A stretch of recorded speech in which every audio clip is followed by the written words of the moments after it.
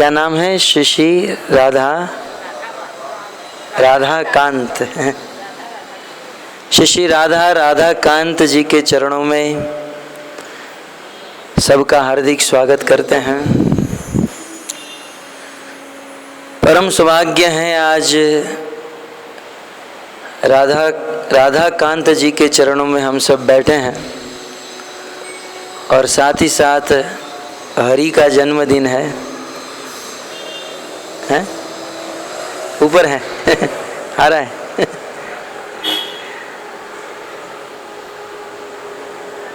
तो आज ऐसा कुछ प्रवचन करेंगे जिससे बच्चों को भी कुछ आनंद आएगा। लेकिन ये हिंदी समझते हैं? तो आज प्रवचन के बाद आप लोग प्रश्न नहीं पूछेंगे, मैं प्रश्न पूछूंगा। थोड़ी सी क्विज होगी।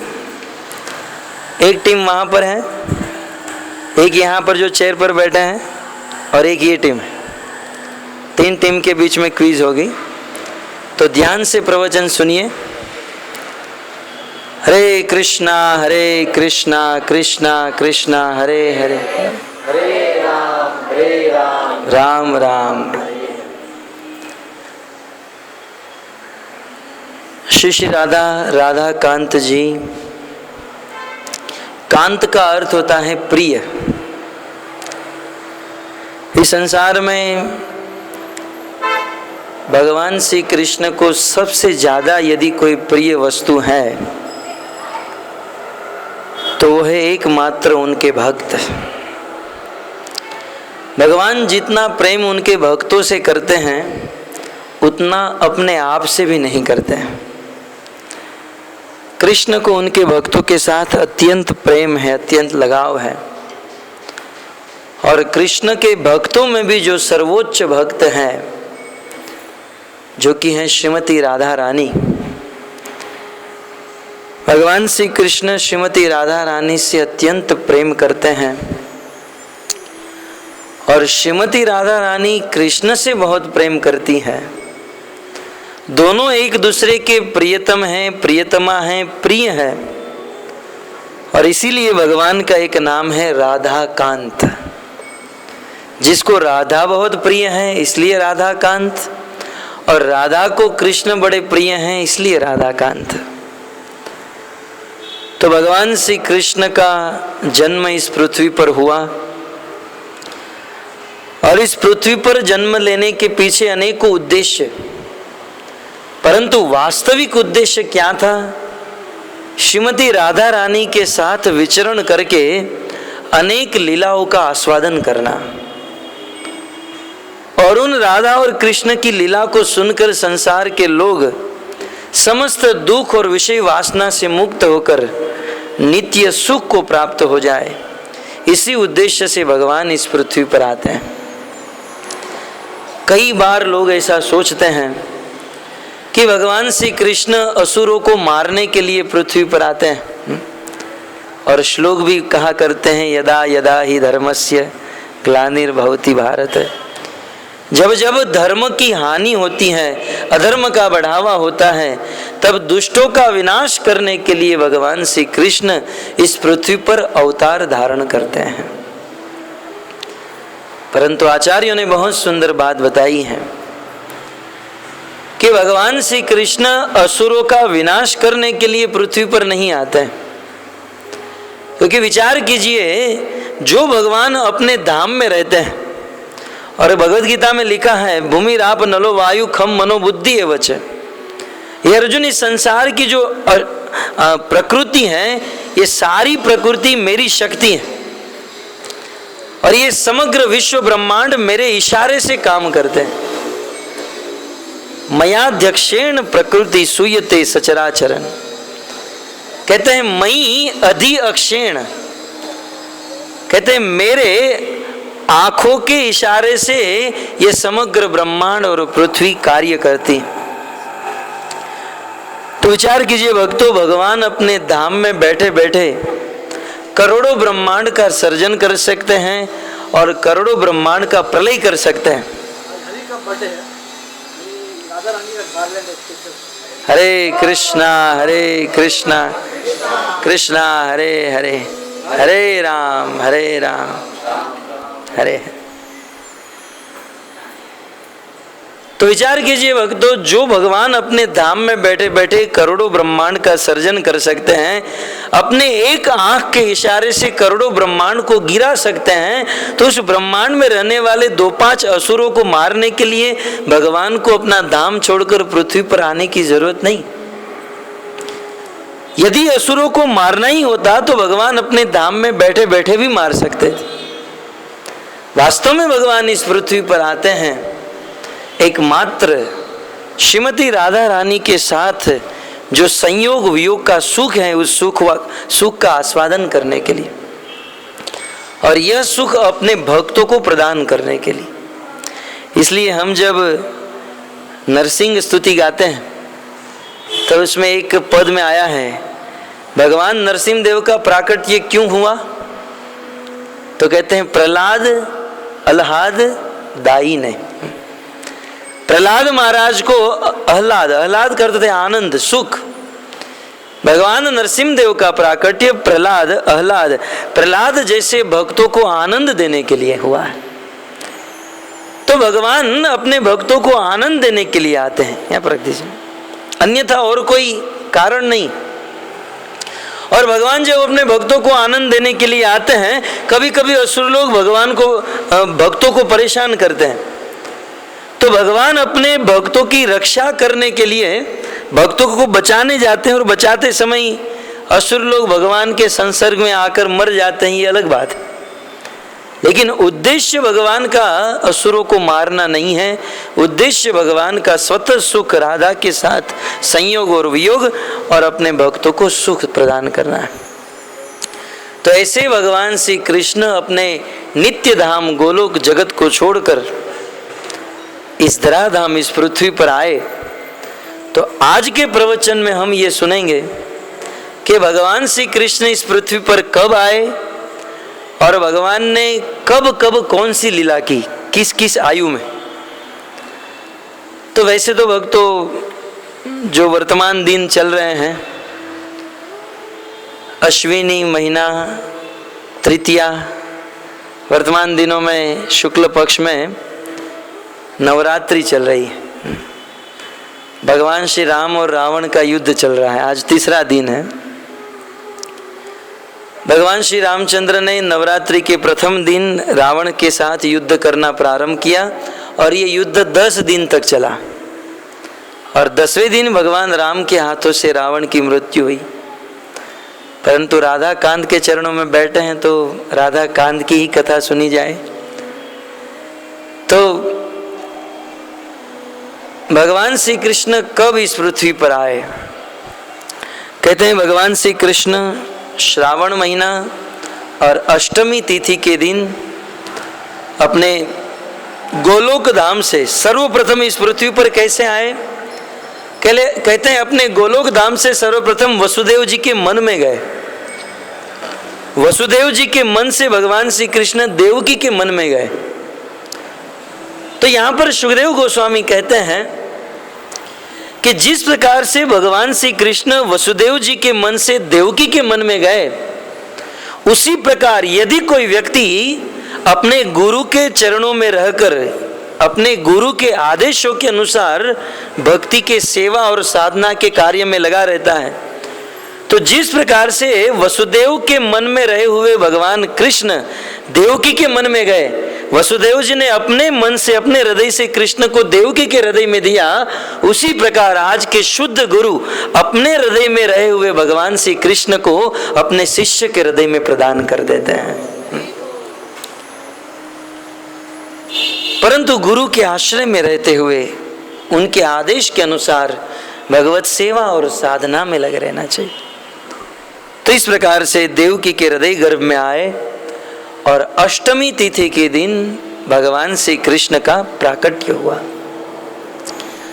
आइए, जिस दिन भगवान श्री कृष्ण का प्राकट्य हुआ, उसी दिन कृष्ण मथुरा से गोकुल में चले गए, और भगवान श्री कृष्ण के जन्म के 6 दिन के बाद 6वें दिन देखिए प्रश्न आएंगे। कृष्ण जन्म के 6वें दिन भगवान श्री कृष्ण की एक लीला हुई। कौन सी लीला हुई? पूतना वध लीला। जब भगवान श्री कृष्ण का जन्म हुआ और जन्म होकर वसुदेव जी ने कृष्ण को मथुरा से गोकुल पहुंचा दिया, और गोकुल में जहां यशोदा के वहां एक कन्या का जन्म हुआ था, वसुदेव जी उसे लेकर मथुरा में आ गए। और कंस ने देखा कि यहाँ पर 8वीं संतान के रूप में एक कन्या का जन्म हुआ है। कंस उस कन्या को लेकर जब मारने गया, वह कन्या हाथ से निकल गई और उस कन्या ने कहा, दुष्ट, तू मुझे मारने का प्रयास कर रहा है, तुझे मारने वाला तो कहीं दूर जन्म ले चुका है। जैसे ही कंस ने यह सुना, तुरंत कंस चिंतित हो गया। बोले, मुझे मारने वाला काल जन्म ले चुका है। तुरंत कंस अपने समस्त मंत्रियों को बुलाया और मंत्रिमंडल के साथ मंत्रणा की। और कंस उस दिन बहुत चिंतित था। तो मंत्रियों ने कहा, सरकार, आपको चिंता करने की जरूरत नहीं, आप क्योंकि राजा हो इसलिए हम सब कुछ सोच लिए हैं, आप चिंता मत करें। हम हमारे सिपाहियों को भेजते हैं, सैनिकों को भेजते हैं, और पिछले 15 दिन के अंदर जितने भी बालकों का जन्म हुआ, हम सबको मरवा देते हैं। उन्हीं में से आपका काल होगा, वो मर जाएगा। कंस को ये बात बहुत अच्छी लगी, अनुमोदन हुआ, और उसी समय कंस के वहां पूतना नाम की राक्षसी आई। बोले, महाराज, इस प्रकार से आपके सैन्य को मत भेजो।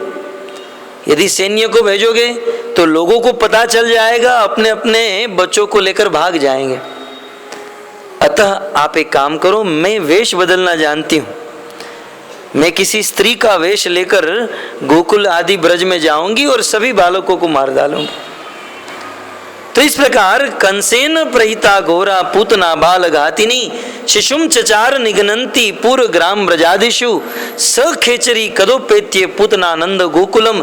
सुखदेव गोस्वामी कहते हैं कि भगवान कृष्ण के जन्म के 6वें दिन, 5 दिन के बाद 6ठे दिन कृष्णा मथुरा से गोकुल में आई थी। और भगवान श्री कृष्ण ने पूतना को किस प्रकार से मारा? कहते हैं, पूतना गोपी का रूप लेकर आई थी। भगवान श्री कृष्ण एक पल्ले में सो रहे थे। जैसे ही पूतना गई तो कृष्ण को पूतना ने अपने हाथ में ले लिया, उठा लिया, और पूतना अपने स्तन पर कालकूट नाम का विष लगाकर आई थी कि कृष्ण जैसे ही ये दूध पिएंगे तुरंत मर जाएंगे। तो उसी समय भगवान श्री कृष्ण पूतना के स्तन का दूध पीना नहीं चाहते थे, परंतु पूतना ने जबरदस्ती कृष्ण को अपने स्तन का पान कराया। जबरदस्ती पूतना के स्तन का पान करने लगे और भगवान श्री कृष्ण सारा दूध तो पी गए, साथ ही साथ पूतना का प्राण भी पी गए। और पूतना अपना नकली शरीर संभाल कर नहीं रख पाई, अपने वास्तविक स्वरूप में आ गई, और जैसे आकाश से पर्वत गिरता है वैसे देवी पूतना पृथ्वी के ऊपर गिर गई, उसकी मृत्यु हो गई। तो भगवान श्री कृष्ण का जन्म हुआ, जन्म के 6वें दिन पूतना का वध किया। इस लीला की विशेषता क्या है? कहते हैं कि इस लीला में पूतना ने अपनी सबसे बड़ी दुष्टता बताई। पूतना दुष्टता की सीमा पर पहुंच गई, क्योंकि एक तो ये छोटा सा बालक है और बेचारा 6 दिन का बालक है। 6 दिन के बालक को मारने के लिए आई थी। ये पूतना की सबसे बड़ी दुष्टता थी। भगवान श्री कृष्ण ने सोचा कि यदि पूतना अपने दुष्टता के सीमा की रेखा पार करना चाहती है तो मैं भी कृष्ण हूं, मैं मेरी करुणा की सीमा रेखा को आज पार कर दूंगा। आज पूतना अपनी दुष्टता दिखाने आई है तो मैं कृष्ण आज मैं मेरी करुणा दिखा दूंगा। तो आई थी पूतना कृष्ण को मारने के लिए, और भगवान श्री कृष्ण ने पूतना को मारा नहीं, पूतना को तार दिया। और उद्धव जी विदुर जी से कहते हैं, लेभे गतिम धात्री उचिताम ततोव्यम। वह पूतना जो कृष्ण को मारने के लिए आई थी, उस पूतना को कृष्ण ने अपनी मां बना लिया। उस राक्षसी पूतना को अपने धाम में भेज दिया और कहा, वहां जाओ और आप नित्य काल के लिए मेरी मां बनकर रहो।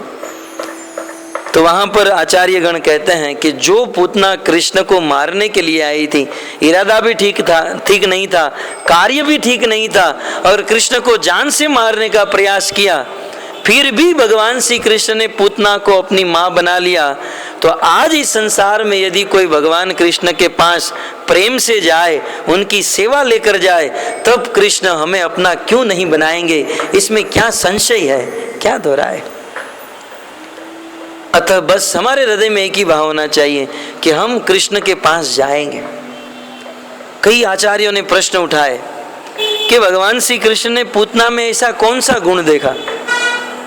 कृष्ण को मारने के लिए आई थी, विष लगा कर आई थी और गलत काम करने के लिए आई थी, फिर भी भगवान ने पूतना का उद्धार किया, किस गुण के अनुसार?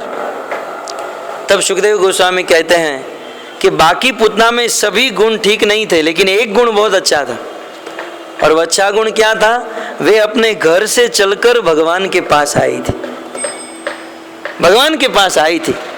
भगवान यही सोचते हैं, भाव हूँ कुभाव अनख आलसू, चाहे भाव हो या न हो, प्रेम हो या न हो, बस ये भक्त मेरे पास आ रहा है, मैं उसका उद्धार करूंगा। इसलिए हम सब भक्तों को चाहिए, चाहे हृदय में भगवान के प्रति प्रेम हो या न हो, परंतु यदि हम एटलीस्ट कम से कम एवरी संडे भगवान के मंदिर में जाएंगे, तो राधा रास बिहारी जी या राधा गोपीनाथ समझेंगे कि नहीं, ये हमारे हैं और आए। भगवान यही सोचते हैं, हम जब भगवान के पास जाते हैं, चाहे कोई भी भाव क्यों न, भगवान सोचते हैं ये मेरा आदमी आ गया है। अभी अभी हमारी कथा थी तो मैंने एक एग्जाम्पल दिया था, कभी कभी हमें किसी के विवाह में जाने का इनविटेशन कार्ड आता है ना, बहुत दूर दूर दूर के होते हैं रिलेटिव, लेकिन इनविटेशन कार्ड आया है, 2-5 बार फ़ोन भी करते हैं, आप हमारी शादी में आइएगा। हमारा कोई इंटरेस्ट नहीं होता है, न हमको खाना है न पीना है, कुछ नहीं, हमें मान लो हम बीमार हैं, हमें नहीं भी जाना है, लेकिन अब क्या करें, जाना पड़ेगा।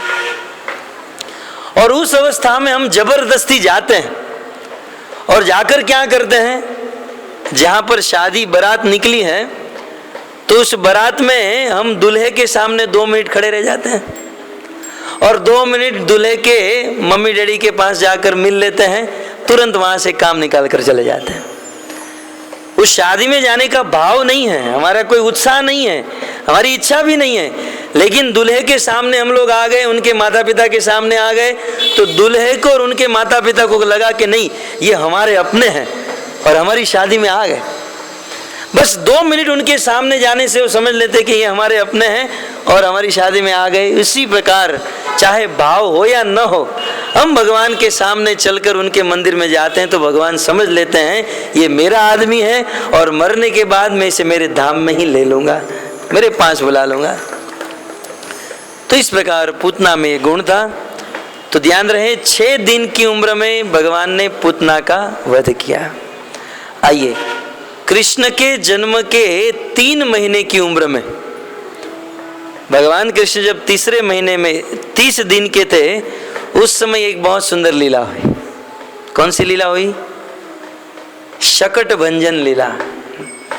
ये न अवतारेण। परीक्षित महाराज पूछते हैं कि आप लीला सुनाइए। तो भगवान ने 30वें दिन में, 30 दिन के जब थे तब शकट का वध किया था। तो मैं पूछूंगा, छठे दिन पूतना का वध किया, 30वें दिन 1 महीने की उम्र में शकट भंजन। ये शकट क्या था? शकटासुर, शकट नाम का एक असुर था, कृष्ण को मारने के लिए आया था। और वैसे तो भगवान कृष्ण का जन्म नहीं था, लेकिन उस दिन कृष्ण का जन्म नक्षत्र था। जिस नक्षत्र में कृष्ण का जन्म हुआ, जानते हैं किस नक्षत्र में हुआ? रोहिणी नक्षत्र में। इसके पीछे भी कारण है। भगवान श्री कृष्ण ने रोहिणी नक्षत्र में क्यों जन्म लिया? कृष्ण ने सोचा कि रोहिणी भी मेरी माँ है, वो भी वसुदेव जी की पत्नी थी, और देवकी भी वसुदेव जी की पत्नी थी। बोले मैं देवकी के गर्भ से जन्म ले रहा हूँ तो रोहिणी जी को बुरा लग जाएगा, इसलिए ठीक है चलो देवकी के गर्भ से जन्म लिया, लेकिन रोहिणी नक्षत्र में जन्म ले लूँ तो रोहिणी जी को भी बुरा नहीं लगेगा। तो कृष्ण ने रोहिणी नक्षत्र में जन्म लिया, तो जब कृष्ण 30 दिन के थे उस दिन रोहिणी नक्षत्र आया। अब भक्त लोग तो चांस देखते ही रहते हैं कि ऐसा चांस मिल जाए तो घर पर प्रोग्राम करे, कुछ फेस्टिवल करे, ढूंढते ही रहते हैं, खोजते रहते हैं। जैसे मुंबई वाले छुट्टी खोजते रहते हैं, कब ये ऑफिस से छुट्टी मिल जाए और कहीं घूमने चले जाए, वैसे भक्त लोग खोजते हैं कब ऐसा उत्सव आ जाए ताकि हम मनाएं।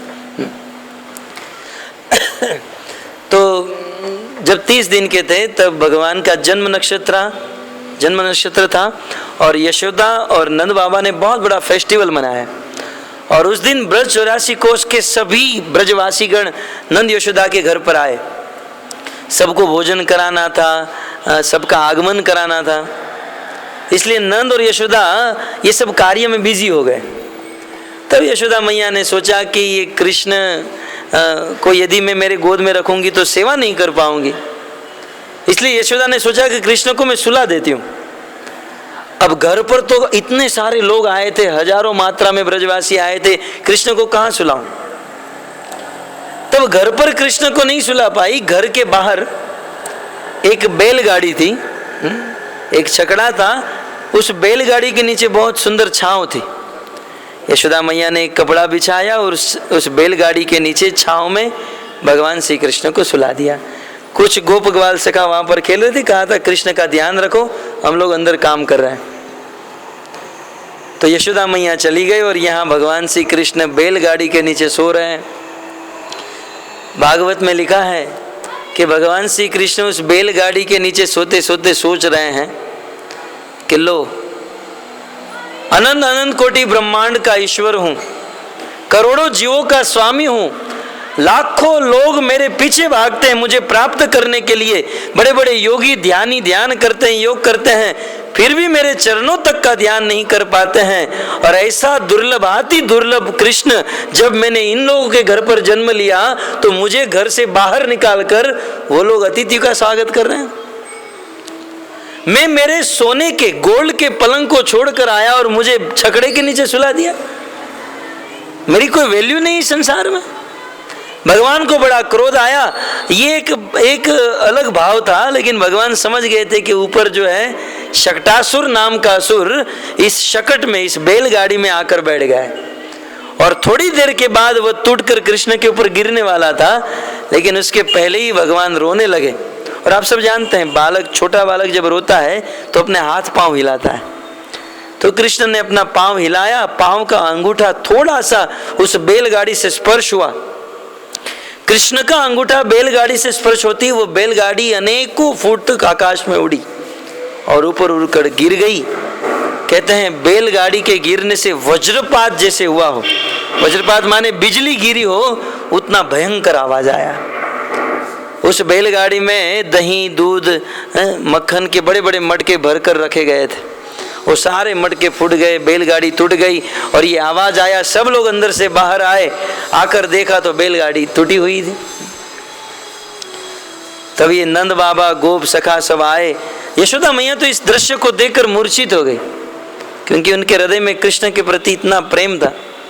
और वहां पर नंद बाबा इत्यादि गोप पूछने लगे कि बोले ये बैलगाड़ी गिरी कैसे? हा? सब लोग जिज्ञासा करने लगे, बैलगाड़ी कैसे गिरी, कैसे गिरी। वो 10-15 छोटे छोटे बच्चे वहां खेल रहे थे, बोले हम जानते हैं कैसे गिरी। सभी बच्चे बोलने लगे हम लोग जानते हैं। बोले क्या जानते हो? बोले कृष्ण सो रहा था और सोते सोते वो रोने लगा और कृष्ण ने ये पांव मारा, बैलगाड़ी उछल गई। बच्चों ने बिल्कुल सनातन सत्य बात बताई, परंतु ये बूढ़े गोप जो थे उस पर विश्वास नहीं कर पाए। चुप, ये 30 दिन का बालक लात मारे और बैलगाड़ी उड़ जाए? तुम कोई कार्टून देखकर आए हो क्या? सुखदेव गोस्वामी कहते हैं बालकों की भाषा बहुत सत्य होती है, वेदों की तरह सत्य होती है, परंतु कुछ बूढ़े लोगों को अपनी उम्र का इतना अभिमान होता है कि बालकों की बातों के ऊपर विश्वास नहीं करते हैं। परंतु चाणक्य पंडित नीति शास्त्र में कहते हैं कि यदि 5 साल का बालक 50 साल के बूढ़े को ज्ञान दे रहा हो तो उस बूढ़े को चाहिए ज्ञान ग्रहण कर ले।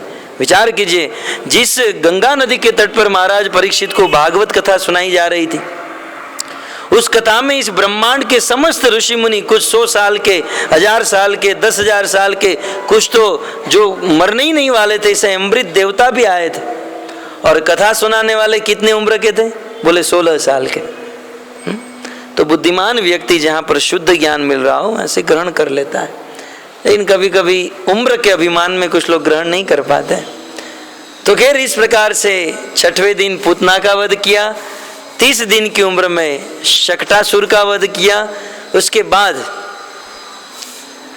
30 दिन और 3 महीने और 10 दिन भगवान श्री कृष्ण 3 महीने और 10 दिन के हुए, अर्थात टोटल कितने दिन होते हैं?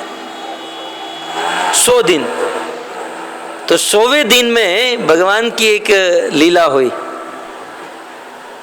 और वह लीला थी नामकरण लीला। पूछूंगा सबको, भगवान श्री कृष्ण का नामकरण 3 महीने और 10 दिन के बाद किया गया, 100वें दिन। यह भी बहुत सुंदर लीला है कि वैसे तो भगवान श्री कृष्ण का नामकरण हुआ नहीं था, ब्रज में सब उनको लाला कह के पुकारते थे। तो एक दिन की बात, मथुरा में रहने वाले वसुदेव जी ने अपने कुल पुरोहित गर्गाचार्य को ब्रज में भेजा। गर्ग पुरोहितो राजन यदुनाम ये महातपा, कहते हैं वो महान तपस्वी गर्गाचार्य जी ने भेजा, आप जाओ, और आप तो जानते ही हैं मेरे पुत्र कृष्ण और बलराम वहाँ ब्रज में हैं, वहाँ जाकर तुम उनका नामकरण करो। क्योंकि हो सकता है नंद बाबा नामकरण बाद में करेंगे, बहुत बड़े हो जाने के बाद, लेकिन हम क्षत्रिय हैं, मैं चाहता हूँ कि नामकरण तुरंत हो जाए। तब गर्गाचार्य जी ब्रज में गए, और जैसे गर्गाचार्य के मन में टेंशन था, मैं वहाँ जाऊँगा और ये प्रस्ताव स्वीकार करेंगे कि नहीं। लेकिन विधि का विधान देखिए, उस दिन घर पर कोई नहीं था। जिस दिन गर्गाचार्य नंद बाबा के घर पर गए, कोई घर पर नहीं था। नंद बाबा अकेले और कृष्ण बलराम, ये 3 जन घर पर थे। गर्गाचार्य आए, नंद बाबा ने बहुत सुंदर स्वागत किया, और स्वागत करके नंद बाबा ने, वास्तव में नंद बाबा ने जो स्वागत किया आज के लोगों को ये सीखने जैसा है। नंद बाबा ने कहा, प्रभु आपका स्वागत है, और आप जैसे महात्मा जब अपने मठ मंदिरों से चलते हैं, महद्वी चलनम नृणाम, महात्मा लोग जब अपने स्थान से चलते हैं तो गृहणाम दिन चेतसाम, तो गृहस्थियों के उद्धार के लिए ही उनका गमन होता है। महात्मा लोग कभी भी अपने लिए विचरण नहीं करते। महात्मा जो होते हैं वो दूसरों का उद्धार करने के लिए संसार में विचरण करते हैं। आप महात्मा हो, हमारा उद्धार करने के लिए हमारे घर पर पधारे हो, आप आइए, हमें आशीर्वाद दीजिए। और आपके चरणों में निवेदन करता हूँ कि आप मेरे दोनों बालकों का नामकरण कीजिए। अब गर्गाचार्य तो इसी कारण से आए थे, लेकिन गर्गाचार्य जी ने थोड़ा सा उनको कहा कि मैं आपके बालक का नामकरण करूंगा, मैं तो यदुओं का पुरोहित हूँ, और आप लोग का नामकरण करूंगा तो लोग क्या कहेंगे। और यदि कंस को पता चल गया कि मैंने आपका नामकरण किया है तो वो तुरंत लिंक मिला देगा कि यदु कुल के कुल पुरोहित ने कृष्ण का नामकरण किया है, इसलिए कृष्ण निश्चित यदु कुल का लड़का है, यादवों का लड़का है। तब नंद बाबा ने कहा, देखो मैं किसी को नहीं बताऊंगा, और सौभाग्य से आज कोई घर पर भी नहीं है, तो किसी को पता भी नहीं चलेगा कि आपने नामकरण किया है। गर्गाचार्य ने कहा, देखो दीवार के भी कान होते हैं, दीवार के भी कान होते हैं। नंद बाबा ने कहा, दीवार से भी प्रॉब्लम है आपको, कोई बात नहीं, आप मेरी गौशाला में चलो। और गौशाला में सारी गाय वन में गई हैं।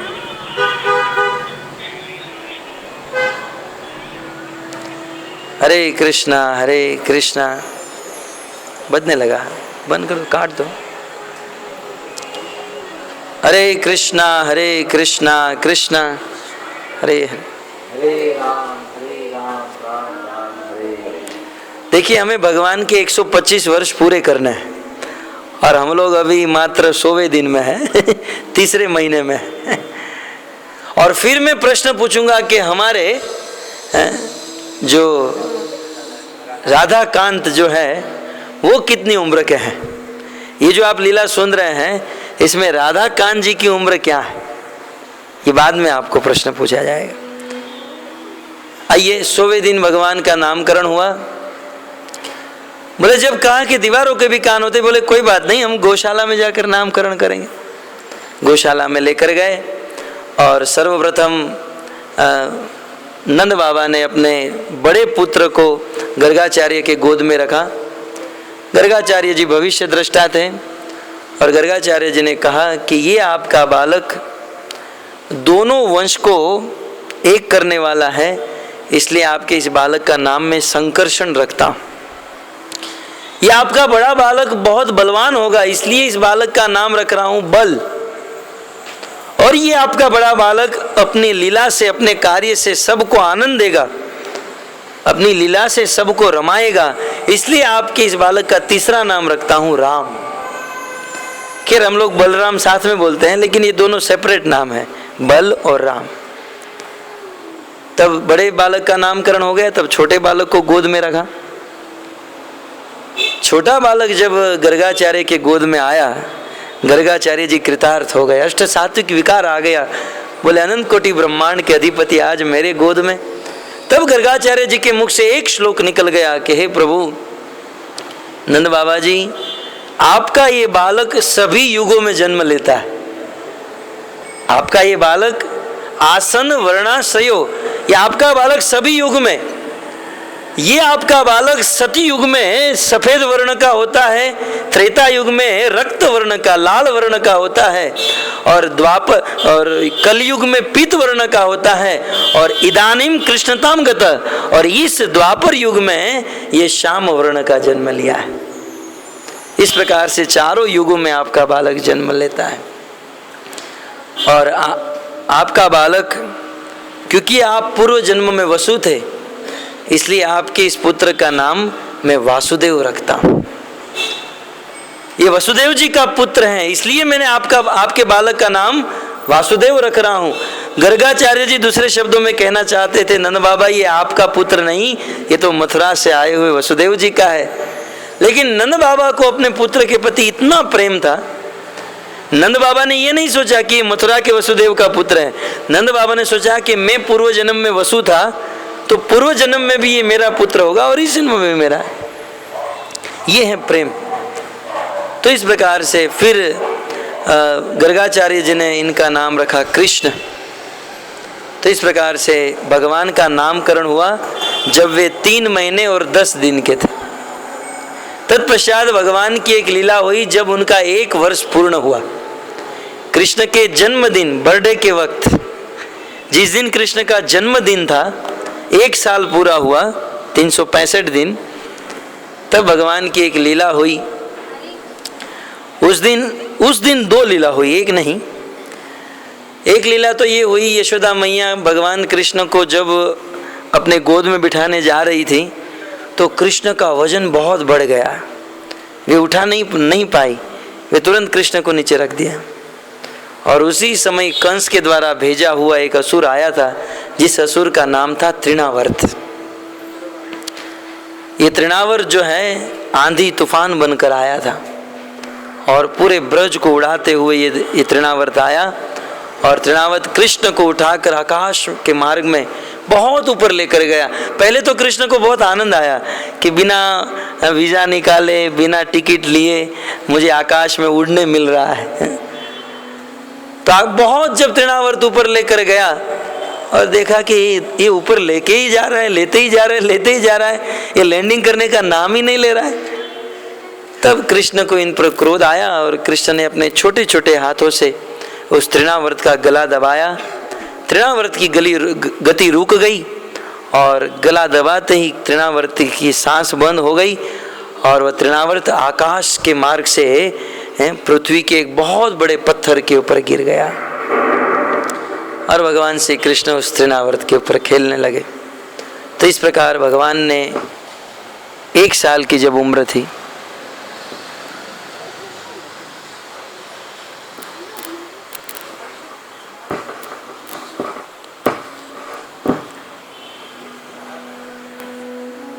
हरे कृष्णा। 1 साल की उम्र में भगवान ने तृणावर्त को मारा। आइए ज़्यादा डीप में न जाते हुए, भगवान 3 साल और 2 महीने के हुए। 3 साल और 2 महीने की उम्र में कृष्ण की दामोदर लीला हुई थी। अभी जो महीना आने वाला है, यशोदा मैया ने कृष्ण को उखल के साथ बांध दिया जब वे 3 साल और 2 महीने के थे, और उसी दिन दामोदर लीला हुई और उसी दिन भगवान श्री कृष्ण ने नल कुबेर और मणिग्रीव का उद्धार किया। तत्पश्चात ये सारी लीला जो हुई गोकुल में हुई, महावन में। परंतु जब गोकुल में इतने सारे असुर आने लगे, उत्पात होने लगे, तब गोकुल वासियों ने, समस्त ब्रजवासियों ने एक मीटिंग की और मीटिंग में कहा कि देखो यहाँ पर कृष्ण के ऊपर बहुत उत्पात हो रहे हैं, और वैसे भी यहाँ पर हमारी गाय के द्वारा सारा घास खा लिया गया है, तो क्यों न हम कृष्ण की रक्षा के लिए और हमारे गोधनों को बचाने के लिए यहाँ से कहीं और चले जाए। तब नंद बाबा ने बहुत सुंदर स्थान का निर्देशन किया कि यहाँ से कुछ दूर बहुत सुंदर एक वन है जिसका नाम है बृहद वन, जिसका नाम है वृंदावन, तो हम वृंदावन में जाकर रहेंगे। तब गोकुल में रहने वाले समस्त लोग, समस्त ब्रजवासी ने एक स्वर से निर्णय लिया। क्या निर्णय लिया? कि यहाँ गोकुल में कृष्ण के ऊपर इतने सारे उत्पात आ रहे हैं, इसलिए हम सब लोग गोकुल को छोड़ देंगे और वृंदावन चले जाएंगे। विचार कीजिए, आज के कलयुग में 2 भाई एक साथ रहते हैं लेकिन दोनों का मत एक नहीं होता है, लेकिन ब्रज में सबकी बुद्धि और सबका मत, सबका निर्णय एक स्वर से कह दिया, कृष्ण की रक्षा के लिए हम सब लोग अपने अपने घर को छोड़ देंगे और ट्रांसफर हो जाएंगे वृंदावन में। तो कृष्ण जब 3 वर्ष और 2 महीने के थे तब उन्होंने गोकुल छोड़ा और गोकुल छोड़कर वृंदावन में आ गए। वृंदावन में कहाँ आए? जहाँ जिस स्थान को आज नंदगांव कहा जाता है। ये नंदगांव जो है वृंदावन का ही एक पार्ट है। खैर आज तो सरकार के द्वारा ये नंदगांव वृंदावन सबको अलग अलग बांट दिया गया है, लेकिन नंदगांव को ही वृंदावन कहा जाता है। तो सारे ब्रजवासी नंदगांव में आए। अब तक की जो लीला थी 3 वर्ष और 2 महीने की, ये गोकुल की लीला। 3 वर्ष 2 महीने के बाद जो लीला हुई, ये सब अब वृंदावन की लीला प्रारंभ होने जा रही। वृंदावन में भगवान ने 1 महीने के बाद, जैसे ही भगवान रहने के लिए आए 3 वर्ष और 3 महीने की उम्र में वृंदावन में रहने लगे, और 1 महीने में जब सेट हो गए तो 1 महीने के बाद भगवान श्री कृष्ण ने, कृष्ण को गाय चराने की अनुमति, बछड़े चराने की अनुमति मिली। कृष्ण चाहते थे कि मैं बछड़ा चराऊं, तो भगवान श्री कृष्ण 3 वर्ष और 4 महीने की उम्र में बछड़ों को चराते थे अपने गांव से थोड़े दूर जाकर। ध्यान रहे, गाय को नहीं, बछड़ों को। और कहते थे ज़्यादा दूर नहीं जाना है कृष्ण, यहाँ निकट में जाकर बछड़ों को चराना है, प्रैक्टिस करनी है। तो कृष्ण बछड़े चराने जाते थे, और उसी बछड़े चराने के क्रम में कंस के द्वारा भेजा हुआ एक असुर आया, जिस असुर का नाम था वत्सासुर। और भगवान श्री कृष्ण ने 3 वर्ष और 4 महीने की उम्र में वत्सासुर का वध किया। इस दिन, जिस दिन वत्सासुर का वध किया, उसके ठीक 1 वर्ष के बाद 4 वर्ष और 4 महीने की उम्र में भगवान श्री कृष्ण ने अघासुर का वध किया। और इसी महीने में ब्रह्मा जी आए थे पृथ्वी पर और ब्रह्म विमोहन लीला हुई। कब ब्रह्म विमोहन लीला हुई? जब कृष्ण 4 वर्ष और 4 महीने के थे। फिर भगवान जब 5 वर्ष और 2 महीने के हुए, तब भगवान को 5 वर्ष की उम्र में भगवान को गाय चराने की अनुमति मिली। तो भगवान गाय चराना प्रारंभ किए। देखिए, ब्रज में भी भगवान के ऊपर रिस्ट्रिक्शन था कि तुम गाय नहीं चरा सकते हो। देखिए कितनी विलक्षणता है। वैसे भगवान करोड़ों ब्रह्मांड को चराते हैं, लेकिन करोड़ों करोड़ों ब्रह्मांड को चराने वाले को गाय चरानी है तो गोपों से, गोप सखाओं से अनुमति लेनी पड़ती। इसलिए तो आचार्यों ने कहा है, भगवान अपने भक्तों के प्रेम के बंधन में बंधे। तो 5 वर्ष 2 महीने में गोचारण लीला प्रारंभ हुई। तत्पश्चात 6 वर्ष और 9 महीने की उम्र में भगवान ने बहुत सुंदर लीला की, जिस लीला का नाम है कालिया दमन लीला। कौन से दिन? 6 वर्ष और 9 महीने के बाद, 9 महीने की उम्र में भगवान ने कालिया दमन लीला की। और इस कालिया दमन की लीला के दौरान ही, कालिया दमन करने के बाद कृष्ण फेमस हो गए।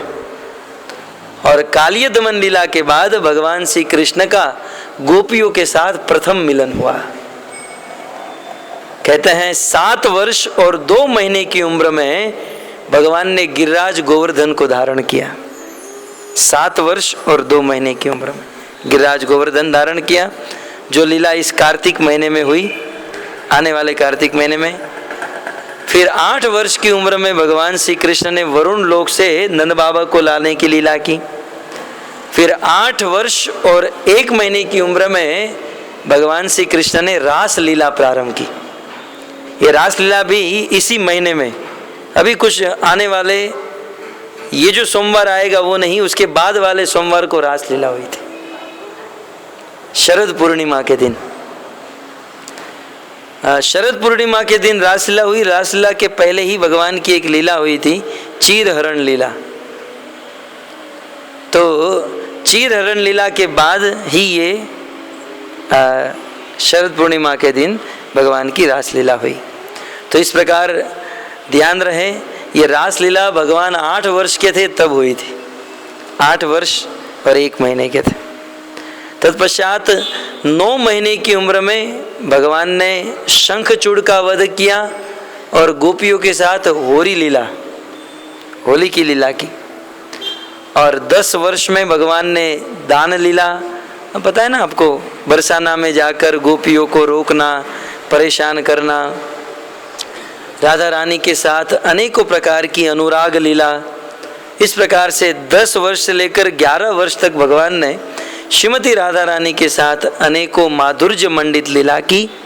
और उस लीला के दौरान केशी नाम के दैत्य का वध किया। कहाँ पर किया जानते हैं? हाँ,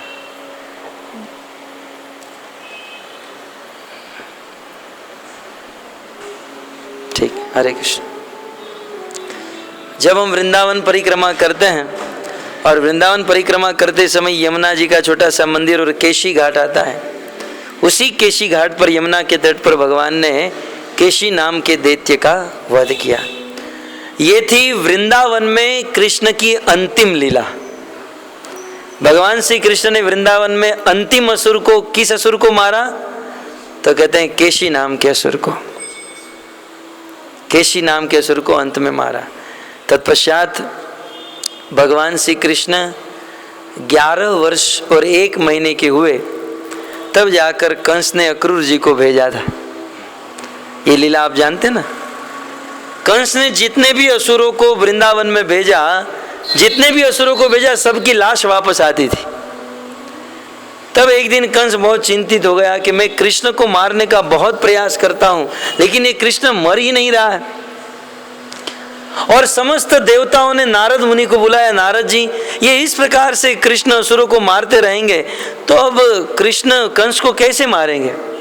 नारद जी, आप कुछ प्लान करो कि कृष्ण ब्रज वृंदावन को छोड़कर मथुरा में आ जाए।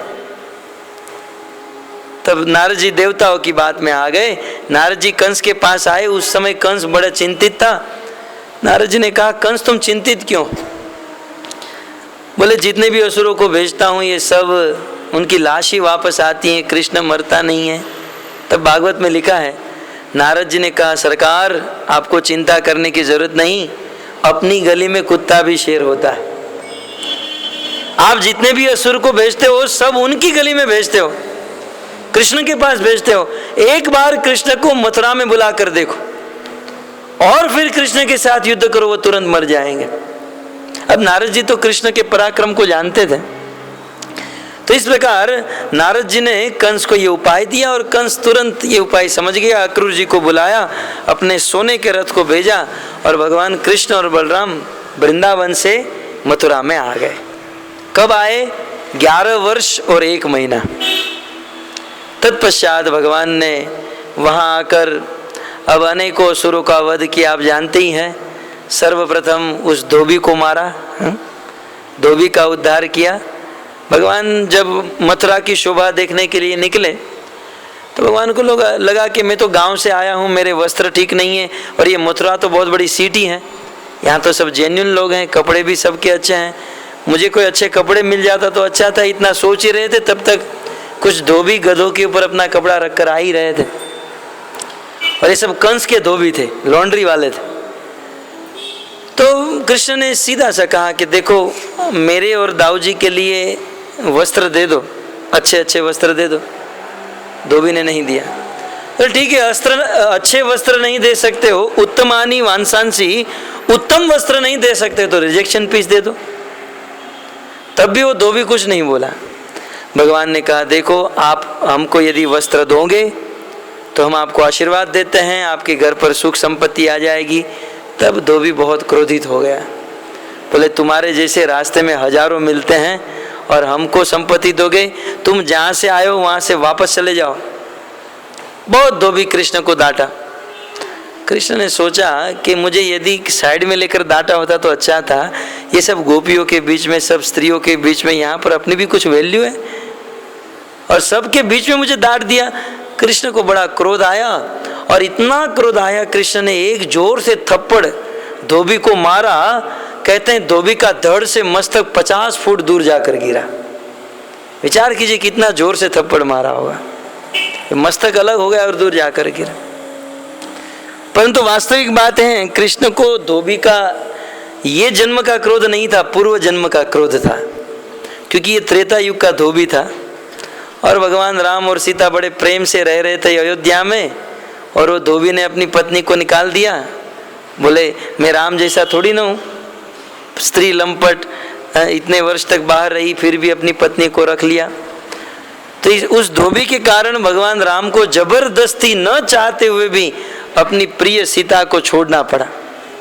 तो उस समय तो भगवान राम मर्यादा पुरुषोत्तम, बिल्कुल मर्यादा में बंधे हुए थे, लेकिन कृष्ण लीला में तो कृष्ण की कोई मर्यादा नहीं, बिल्कुल अमर्यादित है, कोई मर्यादा नहीं। और उसी समय भगवान श्री कृष्ण ने सोचा, पूर्व जन्म में बहुत परेशान किया था ये आदमी, थप्पड़ मारा, मार डाला धोबी को। तो धोबी को मारा, सुदामा माली के ऊपर कृपा की, तत्पश्चात कुब्जा का उद्धार किया, और फिर कंस के उस रंग महल में गए, वहाँ पर कुबल्या हाथी को मारा, चाणून मुष्टिक को मारा, और अंत में भगवान श्री कृष्ण ने कंस का वध कर दिया। ये सब लीला 11 वर्ष और 1 महीने में कृष्ण ने संपन्न की।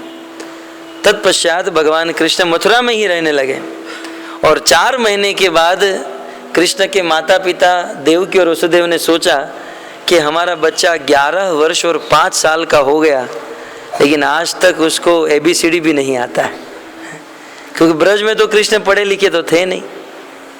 तो सोचा कि नहीं, कृष्ण को और बलराम को पढ़ाना चाहिए। तो 11 वर्ष और 5 महीने की उम्र में कृष्ण और बलराम को मथुरा से उज्जैन, जहाँ सांदीपनि मुनि का आश्रम था, भगवान कृष्ण और बलराम को पढ़ने के लिए भेजा गया। तो कृष्ण सांदीपनि मुनि के आश्रम में पढ़े लिखे 11 वर्ष 5 महीने की उम्र में। आज के लोग स्कूल और कॉलेज में पढ़ते हैं, कुछ लोग 10 वर्ष पढ़ते हैं, 15 वर्ष पढ़ते हैं, ग्रेजुएट करते हैं, और उसके बाद भी डिग्री के लिए पढ़ते रहते हैं। कुछ लोग तो जीवन भर पढ़ते हैं, फिर भी बुद्धू के बुद्धू ही रहते हैं। लेकिन हमारे प्रभु सांदीपनि मुनि के आश्रम में मात्र 64 दिन पढ़े थे, 64 डे, और 64 दिन में भगवान ने सारी विद्या ग्रहण कर ली, जितनी भी कलाएं थी सारी कलाएं अर्जन कर ली। तो इस प्रकार 64 दिन तक वहां पर शिक्षा विद्या प्राप्त कर ली। तत्पश्चात भगवान 14 वर्ष और 2 महीने के हुए तो कुब्जा का उद्धार किया था, और कुब्जा को वादा किया था कि मैं तुम्हारे घर पर आऊंगा। तो 14 वर्ष और 2 महीने की उम्र में भगवान कुब्जा के घर पर गए थे, और फिर भगवान 15 वर्ष और 32 महीने के हुए। कहते हैं भगवान 15 वर्ष के जब हुए तब मथुरा में रहने लगे, और उस समय भगवान लगभग 17 वर्ष तक मथुरा में रहे।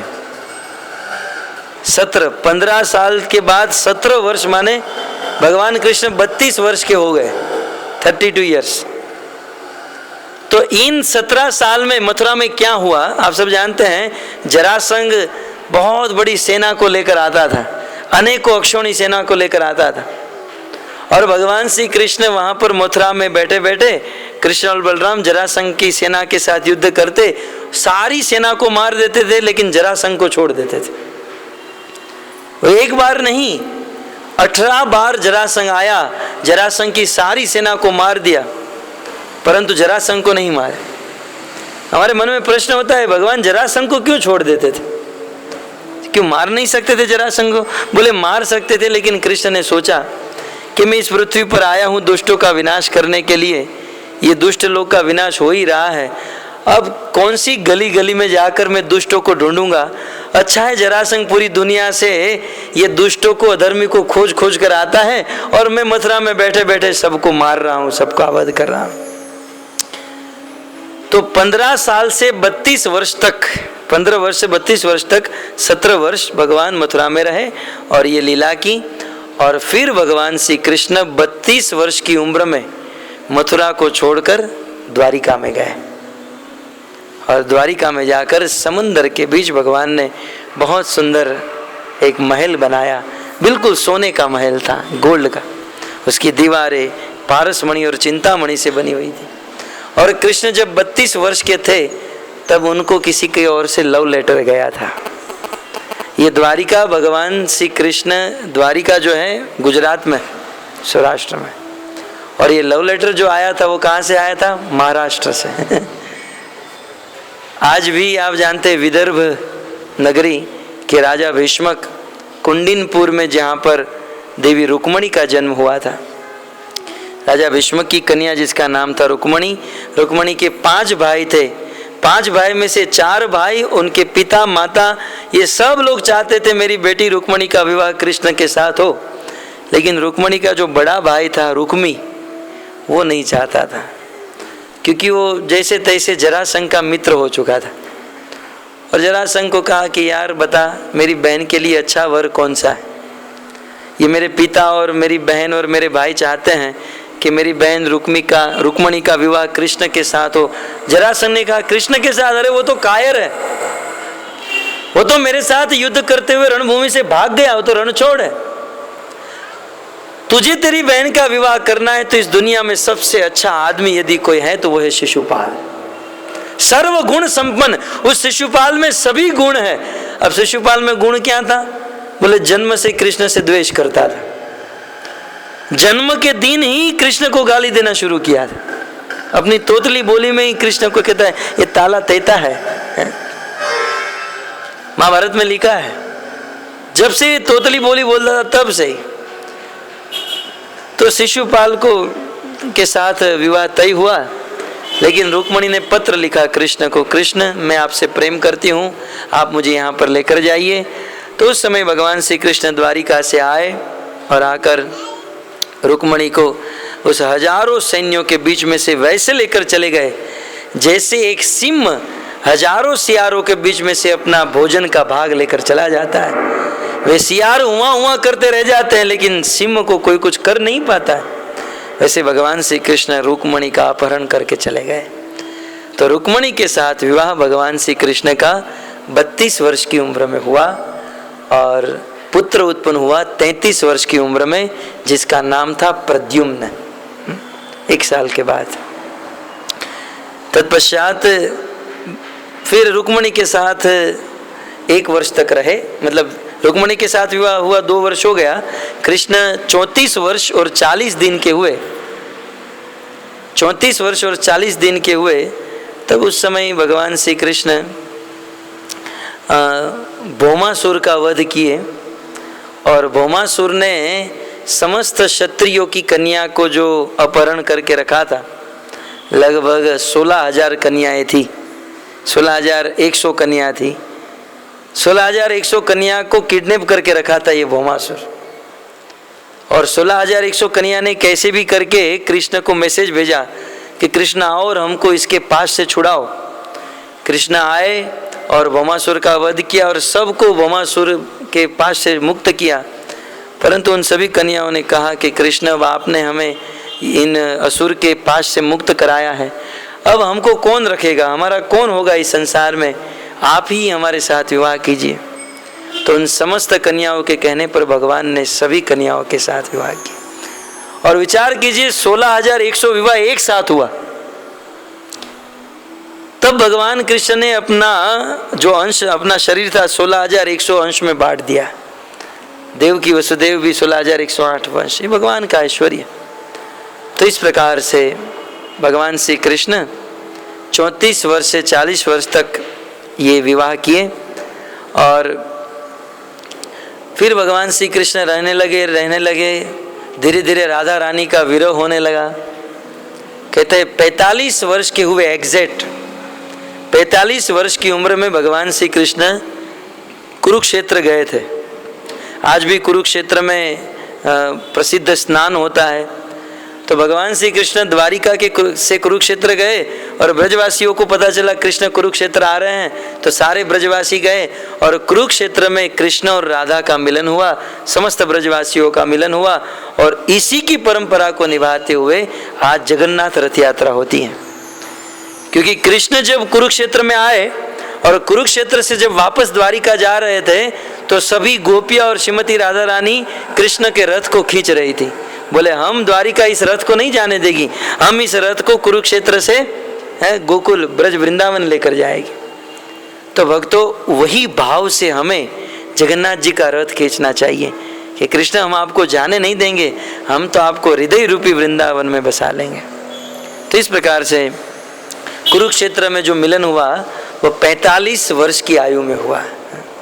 अब आगे ज़्यादा समय न लेते हुए फिर धीरे धीरे समय बीतता गया। 6 साल के बाद, अर्थात भगवान 51 वर्ष के हुए, 51 आयु जब हुई भगवान की, तब प्रद्युम्न का आगमन हुआ। 18 वर्ष के प्रद्युम्न हो गए। 52 वर्ष की उम्र में भगवान ने बलदेव जी को ब्रज में भेजा। ये कथा गौर गोविंद स्वामी ने बहुत सुंदर विस्तार से बताई है। बलदेव जी ब्रज में गए, फिर सुभद्रा जी गई, फिर कृष्ण गए और बलदेव जी में श्रीमती राधा रानी के साथ पुनः मिलन हुआ। ये मिलन राधा रानी के साथ 52 वर्ष की उम्र में हुआ। तत्पश्चात 53 वर्ष की उम्र में अनिरुद्ध का जन्म हुआ, अर्थात भगवान के पुत्र का जन्म हुआ, पौत्र का जन्म। फिर धीरे धीरे समय बीतता गया। भगवान श्री कृष्ण 72 वर्ष के हुए, 72 वर्ष की उम्र में वहां पर हस्तिनापुर में युधिष्ठिर महाराज ने राजसूय यज्ञ किया था। युधिष्ठिर महाराज जब राजसूय यज्ञ करे तब कृष्ण कितने वर्ष के थे? 72। कृष्ण को बुलाया, थोड़ा हेल्प कीजिए, जरा यज्ञ करना है। तो कृष्ण हेल्प करने के लिए गए और राजसूय यज्ञ में भी कृष्ण ने बहुत सुंदर सेवा की और राजसूय यज्ञ में कृष्ण की प्रथम पूजा की। और उसी राजसूय यज्ञ में भगवान कृष्ण ने शिशुपाल का वध किया। कौन सी उम्र में? 72। तत्पश्चात भगवान 73 वर्ष की आयु में 73 ईयर्स के हुए। उस समय भगवान ने द्रौपदी की लाज रखी। द्रौपदी का जो प्रसंग आप सब जानते हैं कि कुरुवंश की सभा में निर्वस्त्र करने का प्रयास किया गया और भगवान जब वस्त्र लेकर आए और प्रकट हुए तब भगवान 73 ईयर्स के थे। और उसी फिर धीरे धीरे समय बीतता गया। आप सब जानते हो पांडवों को अज्ञातवास मिला था, है ना। मामा शकुनी का सहारा लेकर दुर्योधन ने पांडवों को हरा दिया और 12 वर्ष का वनवास और 13वां वर्ष जो था अज्ञातवास। और आप सब जानते हैं उन दिनों में दुर्वासा मुनि को भेजा था दुर्योधन और 10,000 शिष्यों को लेकर आए थे। और उस समय द्रौपदी ने बुलाया तो भगवान प्रकट हुए। तो उस समय जब भगवान प्रकट हुए तब कितने साल के थे? 86 ईयर्स 86 साल के थे। और तत्पश्चात फिर तो अज्ञातवास के बाद तुरंत भगवान पांडवों के साथ हो गए और फिर भगवान श्री कृष्ण को संधि दूत बनकर भेजा गया कि आप दुर्योधन के पास संधि दूत बनकर जाओ, तब कृष्ण कितने साल के थे? 87 जब भगवान की उम्र चल रही तब संधि दूत बनकर गए। और फिर दुर्योधन ने तो वो प्रस्ताव स्वीकार नहीं किया और महाभारत का युद्ध अवश्यंभावी हुआ। और महाभारत के युद्ध में भगवान श्री कृष्ण जब अर्जुन का रथ हाँक रहे थे तब भगवान श्री कृष्ण की उम्र 89 ईयर्स की थी। अब विचार कीजिए कि कृष्ण का फोटो आप महाभारत के उस युद्ध में देखिए, उनकी उम्र क्या है। कहने का तात्पर्य यह है कि भगवान श्री कृष्ण की उम्र जाती है, काल जा रहा है, लेकिन उनका शरीर, उनकी सौंदर्यता, उनका रूप कभी भी नष्ट नहीं होता है। समय बीतते हुए हमारा शरीर नष्ट हो जाता है, परंतु भगवान का शरीर वैसा के वैसा ही बना रहता है। 89। और फिर पांडवों को महाभारत में जब विजयी करा दिए, भगवान फिर से द्वारिका चले गए, द्वारिका में रहने लगे। अब इस पृथ्वी पर सब कुछ ठीक हो चुका था। तब भागवत में वर्णन है 33 करोड़ देवी देवता ब्रह्मा शिव समेत द्वारिका में आते हैं और द्वारिका में आकर भगवान से स्तुति करते हैं, प्रभु जिस उद्देश्य से आप इस पृथ्वी पर आए थे, अब ये सारा उद्देश्य समाप्त हो चुका है। ये पृथ्वी आपके रहने के लायक नहीं है, आप अपने निज धाम गोलोक वृंदावन में वापस चले जाइए। तो जिस ब्रह्मा आदि देवी देवताओं की प्रार्थना से भगवान आए थे, उन्हीं की प्रार्थना को सुनकर भगवान श्री कृष्ण जब अब लौटने लगे, जाने लगे, तो उस समय भगवान श्री कृष्ण ने उद्धव जी को बुलाया और प्रभात क्षेत्र में लेकर गए। द्वारिका से निकट एक जगह है प्रभात क्षेत्र, वहाँ प्रभात क्षेत्र में जाकर भगवान श्री कृष्ण ने उद्धव जी को भागवत का ज्ञान दिया। उस समय मैत्रेय मुनि भी वहाँ पर आए थे। मैत्रेय जी और उद्धव जी को भागवत का ज्ञान दिया और उसी समय भगवान की उम्र जब 125 वर्ष की हुई, 125, सारा कार्य संपन्न कर दिए, उद्धव जी को भागवत दे दिए, सब कुछ हो गया। फिर भगवान समंदर के तट पर एक वृक्ष के नीचे बैठे थे और उस वृक्ष के नीचे बैठकर बाहर से ऐसा लगता है कि वो बहेलिया आया और उसने एक बाण मारा और भगवान चले गए। परंतु भागवत में वर्णन है कि भगवान ने डेट दे दिया था कि मैं इस समय जाने वाला हूँ। तब भगवान की सब डेट फिक्स होती है, कब आने वाले हैं, कब जाने वाले हैं। हाँ, नरसिंह अवतार एक ऐसा अवतार था जिसका शास्त्र में पहले से कोई वर्णन नहीं था। ये आपातकालीन अवतार था। ब्रह्मा आदि देवी देवता भी चौंक कर रह गए, बोले भागवत, बोले वेद भी पढ़ने लगे तो बोले ये अवतार का तो कहीं उल्लेख नहीं हुआ है। परंतु भगवान ने दिखा दिया कि मेरे भक्त की रक्षा करने के लिए मैं मेरा नियम भी तोड़ सकता हूँ। और अन्य अन्य अवतारों में तो भगवान अपने माँ के गर्भ से जन्म लिए, किसी पिता के पुत्र, लेकिन इस अवतार में तो एक खंबे को फाड़ कर भगवान प्रकट, खंबे को ही अपना माता पिता बना लिया। परंतु भगवान का ये निश्चित था। अतः समस्त ब्रह्मा आदि देवता आए, हम देखेंगे भगवान कैसे जाते हैं। परंतु कुछ नहीं, उसी समय एक अचानक प्रकाश पुंज उत्पन्न हुआ, बिजली गरजी, बहुत सुंदर वज्रपात हुआ, बहुत गहरा। और वज्रपात होते ही बिजली हुई, प्रकाश हुआ और उस प्रकाश पुंज से समस्त देवताओं के देखते देखते भगवान श्री कृष्ण, प्रभुपाद जी ने एक फोटो बनाया है, हाथ में बांसुरी लेकर सबके सामने देखते हुए भगवान आकाश के मार्ग से होकर अपने धाम में वापस चले गए, अब प्रकट हो गए। तो इस प्रकार भगवान श्री कृष्ण 125 वर्ष तक यहाँ पर रहे और अपने नित्य धाम में वापस चले गए। भगवान की लीला नित्य है। इस ब्रह्मांड में भले भगवान श्री कृष्ण अपने धाम में चले गए हो, कुछ ब्रह्मांड में द्वापर युग चल रहा है, कुछ ब्रह्मांड में त्रेता चल रहा है, वहाँ राम लीला चल रही है, कहीं कृष्ण लीला।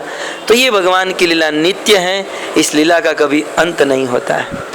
तो आज भगवान श्री कृष्ण की लीला, और ये लीला जो है हम श्रवण करते ही हैं, लेकिन ये उम्र वाइज कौन सी उम्र में कौन सी लीला आज हमने इसलिए श्रवण की क्योंकि आज हरि का भी जन्मदिन है और हमारे हरि भी आज विराजमान है, और उस हरि की लीला सुनना ये हमारा परम सौभाग्य है। तो बहुत धन्यवाद। और मैं विशेष धन्यवाद करना चाहता हूँ हरि के माता पिता को। वास्तव में ये लड़का धन्य है क्योंकि आज तो इतना घोर कलयुग है, लोग अपने बच्चे के जन्मदिन पर होटल में पार्टी रखते हैं और न जाने क्या क्या करते हैं। फिल्मों के गाने होते हैं, शराब पीते हैं और मात्र अधर्म और पाप ही होता है। लेकिन धन्य है बच्चों के जन्मदिन के अवसर में भक्तों का आगमन है, भगवान का दर्शन, भगवत कथा, भगवत प्रसाद है। ये एक इंडिकेशन है। देखिए बड़े बड़े मुनि मनीषी वर्तमान को देखकर फ्यूचर का पता लगा लेते हैं। तो वास्तव में इस बालक का वर्तमान, जिस बालक के जन्मदिन के अवसर में इतने भक्तों का मिलना, भगवान का दर्शन, प्रसाद और शुद्ध कथा, एक इंडिकेशन है कि निश्चित ये बालक आगे चलकर भगवान का भक्त होगा, शुद्ध सात्विक होगा और अपने माता पिता का नाम रोशन करेगा, प्रभुपाद जी की सेवा में लगेगा। इसी आशा के साथ, आशीर्वाद के साथ हम यहाँ पर प्रवचन को विराम करते हैं और श्री राधाकांत, श्री राधाकांत जी के चरणों में निवेदन करते हैं कि आप हम सब पर कृपा बनाए रखें। ओके, नाचने के ठीक है, तो हाँ होना ही चाहिए। श्रील प्रभुपाद जी ने एक बहुत सुंदर बात बताई कि प्रभुपाद जी जब इस पृथ्वी पर आए तब भक्ति जो थी बहुत गंभीर थी। भक्ति माने जंगल में जाकर बैठ जाना, भक्ति माने एकांत में चले जाना। लेकिन श्रील प्रभुपाद जी ने भक्ति को बिल्कुल प्रैक्टिकल कर दिया। आज के लोग सुखी होने के लिए क्या करते हैं, पार्टी रखते हैं, और पार्टी में होता क्या है, एक तो नाचना होता है, एक तो खाना पीना होता है और लोगों के साथ बातचीत होती है ना। तो श्रील प्रभुपाद जी ने उसी प्लेटफॉर्म पर एक आध्यात्मिक पार्टी का ऑर्गेनाइज किया। वास्तव में हम जहाँ पर बैठे हैं आध्यात्मिक पार्टी है। भौतिक पार्टी में तो क्या होता है, बस वही नाच गान और खाना पीना। यहाँ पर भी वही होगा लेकिन दिव्य स्तर पर होगा। बातचीत तो हो गई, कुछ जान लिया, कुछ नया जानने हमें मिल गया। अब प्रसाद भी सबके लिए हैं, लेकिन उसके पहले हम सब लोग 5 मिनट के लिए भगवान के नाम पर, महामंत्र पर नाचेंगे। चैतन्य महाप्रभु कहते हैं कि उन्मुक्त भाव से नाचना चाहिए। नाचते हुए ये नहीं देखना चाहिए कि बाजू वाला कैसा सोचेगा, मैं अच्छा नाच रही हूँ, मैं अच्छा नाच रहा हूँ। नहीं, हमें लोगों को दिखाने के लिए नहीं, कृष्ण को दिखाने के लिए नाचना है। तो अभी हम सब लोग खड़े होंगे और खड़े होकर, हाँ, खड़े होकर भगवान की ओर दृष्टि रखते हुए हम सब लोग कीर्तन करेंगे। ठीक है।